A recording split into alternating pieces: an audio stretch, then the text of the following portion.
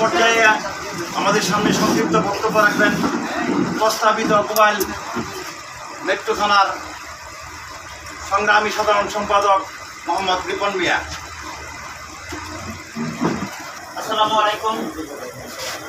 আজকে আয়োজিত বাংলাদেশ জাতীয় কর্মজীবী দল গাজীপুর মহানগরের কোবাইল থানা নবগঠিত আলোচনা ও পরিচিতি সভার উদ্যোগে যে আজকে আলোচনায় আমাদের প্রধান অতিথি জনাব মোহাম্মদ ইলিম দেওয়ান, সাধারণ সম্পাদক গাজীপুর মহানগর, আরও উপস্থিত আমাদের মাঝে গাজীপুর মহানগরের জনাব মোহাম্মদ মনসুর আলী, সিনিয়র সহসভাপতি গাজীপুর মহানগর ছাত্রদল গাজীপুর মহানগর কর্মজীবী দল। আরও আমাদের মাঝে উপস্থিত আছেন জনাব মোহাম্মদ জহির মিয়া বড় ভাই, সহসভাপতি গাজীপুর মহানগর কর্মজীবী দল। ও আমাদের মাঝে আরও উপস্থিত আছেন আমাদের প্রান্তীয় সংগ্রামী নেতা জনাব মোহাম্মদ রাজু আহমেদ, জনাব মোহাম্মদ কবির হোসেন ভাই, সহসভাপতি গাজীপুর মহানগর কর্মজীবী দল। ও আমাদের মাঝে উপস্থিত আছেন শরীফ হোসেন, সহসভাপতি গাজীপুর মহানগর কর্মজীবী দল। ও আরও আমাদের মাঝে উপস্থিত আছেন জনাব মোহাম্মদ দুলাল সরকার, 1 নং যুগ্ম সাধারণ সম্পাদক গাজীপুর মহানগর কর্মজীবী দল। ও আমাদের মাঝে আরও উপস্থিত আছেন সঞ্চালনায় জনাব মোহাম্মদ ইঞ্জিনিয়ার আজিজুল হক, যুগ্ম সাধারণ সম্পাদক গাজীপুর মহানগর কর্মজীবী দল। উপস্থিত ও আমার সংগ্রামী প্রান্তীয় সাথী ও বন্ধুগণ, সকলের উদ্দেশ্যে ও আরও উপস্থিত আছেন বিভিন্ন থানার আমার প্রান্তীয় সংগ্রামী সাথী ও বড় ভাই চৌধুরী জনাব মোহাম্মদ আলী ভাই। ও আরও উপস্থিত আছেন আমাদের মাঝে টঙ্গী পূর্ব থানার জনাব মোহাম্মদ সবুজ ভাই।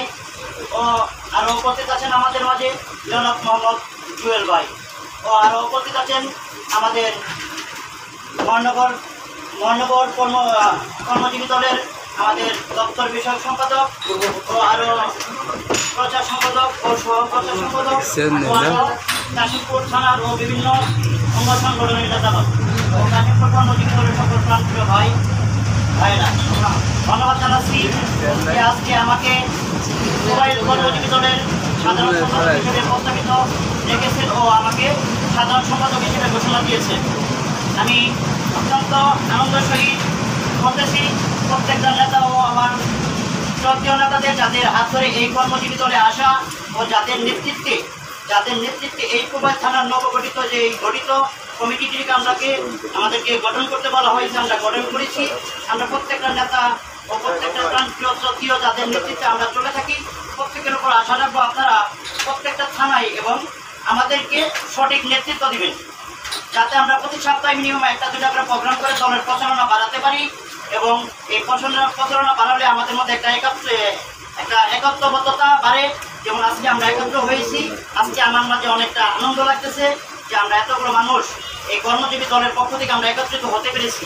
তো এরকম প্রত্যেক থানায় যাতে আমরা একত্রিত হতে পারি, আমাদের মধ্যে যাতে সেই একাত্মতা থাকে এবং একত্রিত থাকতে পারি, এই আশা ব্যক্ত রেখে আমি আর বেশি কথা বলবো না, কারণ আমার সিনিয়র নেতারা আছে, তারা কথা বলবেন, আমরা প্রত্যেকে মনোযোগ সহকারে শুনবো। তবে একটা কথা বলতে চাই, আমরা প্রত্যেকেই যাতে এভাবেই কাঁধে কাঁধ মিলিয়ে হাতে হাত রেখে একত্রিতভাবে চলতে পারি এবং তাদের শিশুকে আরও এগিয়ে নিতে পারি।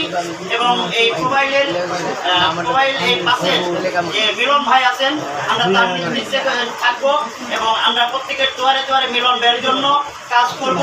এই অঙ্গীকার নিয়ে আমরা এই নবগঠিত এই কমিটিকে আমরা গঠন করেছি।